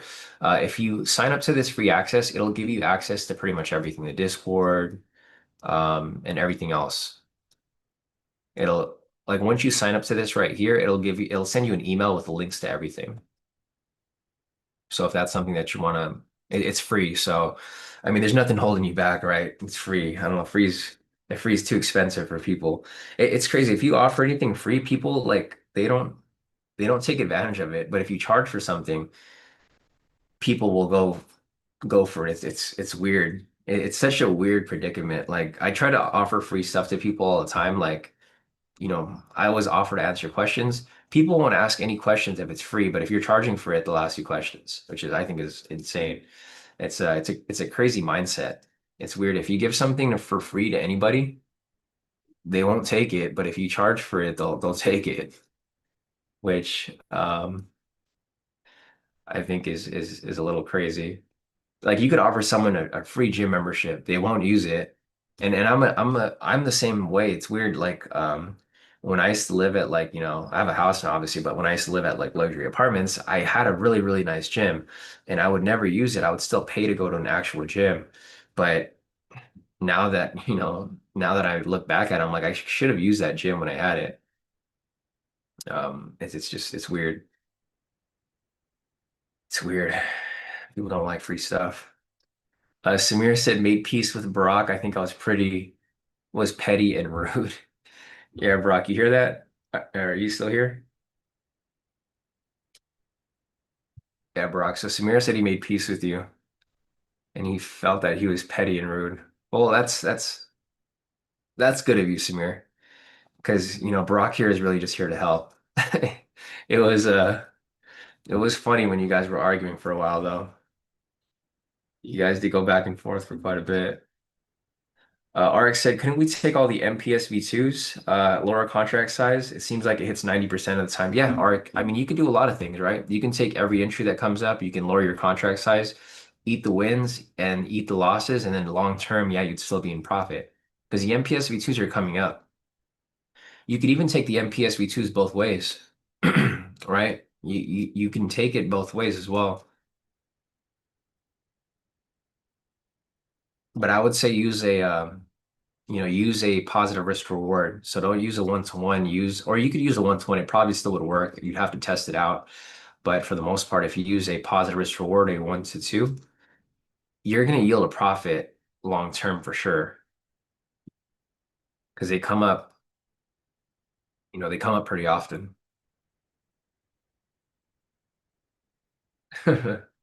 Yeah, Rock. I agree.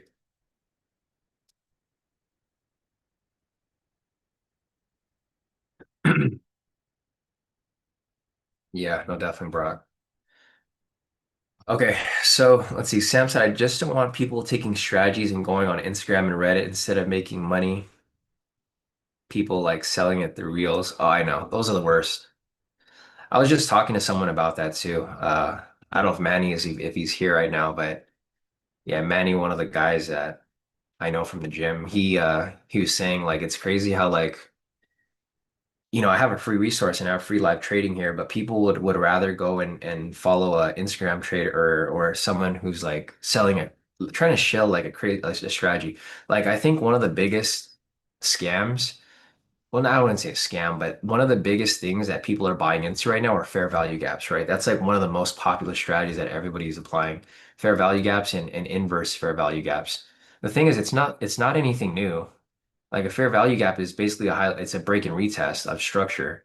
That thing's been around forever, but people are like it's becoming such a big thing with these imbalances. That's why like for me, I don't call them fair value gaps, right? A lot of people call them fair value gaps. I just call them imbalances because I call it what it is. Um, that's one of the things that's really big right now. I'm not going to name the people who are teaching it or whatever. Like, there's a lot of people on YouTube and Instagram who are they're making it seem like they created fair value gaps or like it's like it's the shit, right? It's really not. It's a break and retest off structure.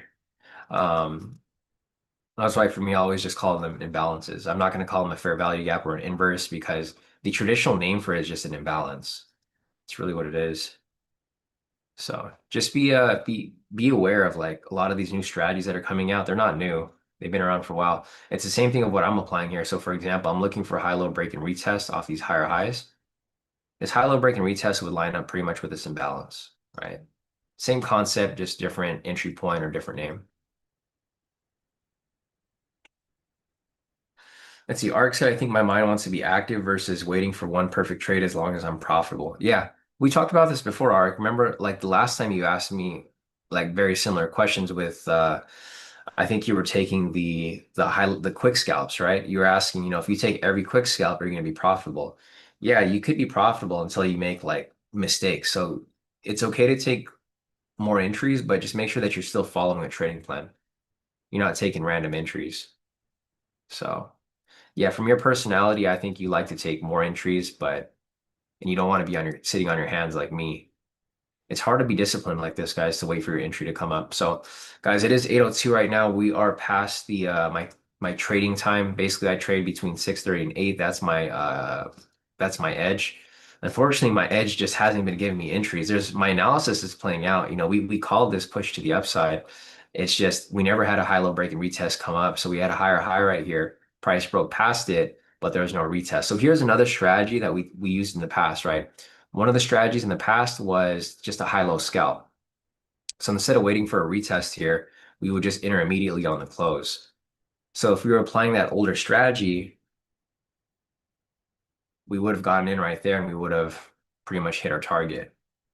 So it's if you want to go back and learn this strategy, it's the same thing. Just go to the website, guys. Go down to high low scalp on module 5.5, and you'll see this original strategy here that still works out perfectly.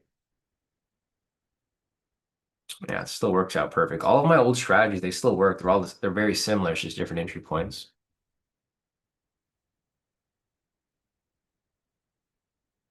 Let's see. Sing said I joined Discord. I'll explore later. Mostly wanted to know if you developed your strategies yourself. Yeah, so I develop all my strategies myself. I've been trading for about 12 years now, 8 years full time. All of my strategies have been directional based, so they're all they're trend following strategies based on momentum. So you can see over here, if you look at my original strategies, the very first strategy that I ever created was this one right here. This is why I created this momentum indicator. Basically, the general idea of this is you're looking for a sell momentum, you're looking for trend, and you're looking for confirmation. So right here we have a sell signal. It's a bearish trend. Price is coming down. Entry would have happened right here on this sell momentum signal, and we would have wrote it down. Same with this one over here. If you go back to my very original strategies, like everything that we apply here is something that I created originally. They're similar to like older strategies, but a lot of these are based off my momentum indicator. Like this was always the main catalyst for all of my strategies. So it's going to look similar to other strategies that which came up, but this indicator is my indicator alone. So it's based like the catalyst is always based off momentum. So yeah, short answer to your question is yes, I created all my strategies myself. The ideas come from other older strategies that have been around forever, but my specific strategies, they're all from my main thought process and logic. And yeah, Samir said thanks, many thanks to Gyal for being blunt. Yeah, I mean sometimes you just need that. All right, guys, I think this is it. It is 8:05. Let's see, RX said back before COVID, it was one trade per day, and it could take 30 minutes or it could take 3 hours. Yeah, that was the basically the momentum breakout, but we did it on a higher scale, right? So it's the same strategy that you're applying right now, RX, but we would, take it with 150 points. So that strategy is literally the same. The same strategy you were applying back before COVID, it's the same strategy, it's just your TP stop loss has changed. So instead of going for those big moves, you're going for a smaller move. So you think back to that arc, that's when was COVID? 2020, we're in 2028. So like, or 2020, we're in 2025. So basically 5 years ago, you're applying the same strategy you did 5 years ago. If you would have just stuck to that, to what you're doing now, think about how much profit and how much money you could have made. All right. Because you're basically coming full circle. The same strategy that you're doing now for the breakout is the same thing that you were doing 5 years ago for COVID. It's just the TP stop losses are different now. So like for example here, see how the opening breakout, your your opening breakout would be like for today it was a sell, right? So you took it for a quick sell, 50 points. What we used to apply during COVID is the same thing, but the TP stop loss would just be a lot wider. It'd be at 150 because because the market was so much more volatile. So you're applying the same exact strategy you did 5 years ago, it's just on a smaller scale. Yeah, it's exactly the same art. Nothing's changed. The only difference is a TP stop loss. So if you go back and watch the videos from 2020, it's the same exact strategy. It's the Nothing has changed. The only difference is the TP stop loss is wider. Because that strategy would run for like sometimes it would run for the whole day. would take forever. The thing is, you can't do it with Apex because with Apex, you have to be in and out of the position right away. You can't hold it for like the entire day because you got to close out before end of day.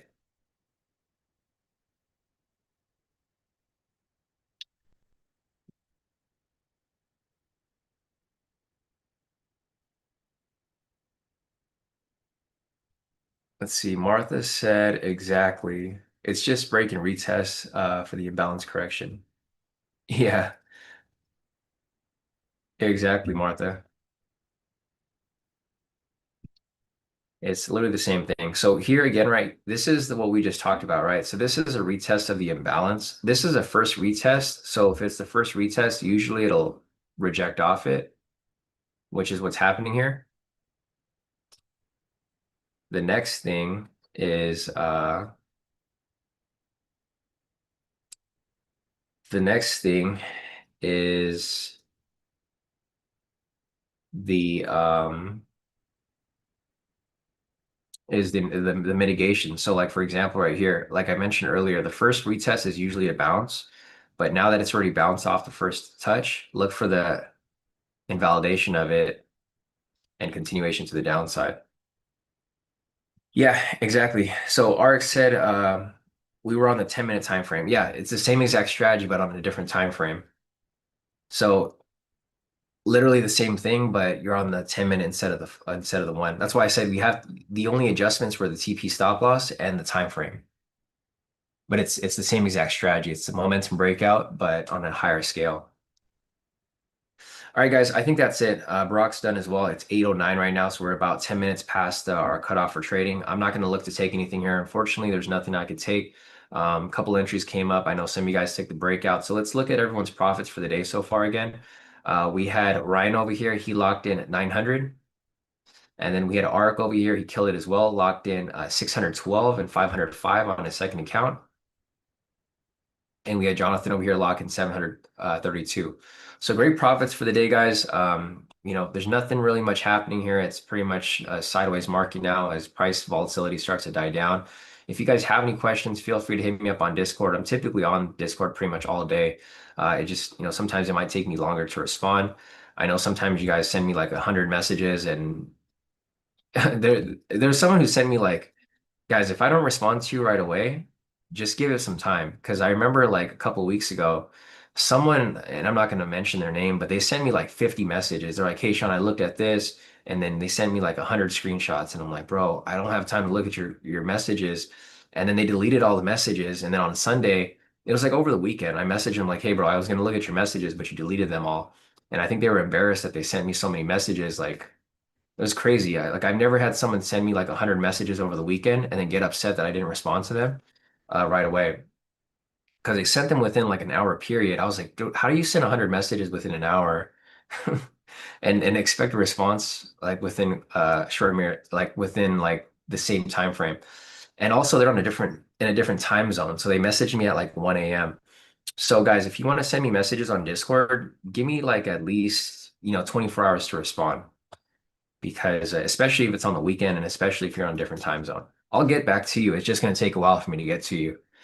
Um, it's just, yeah, I just want to put that out there because I know some of you guys want responses right away.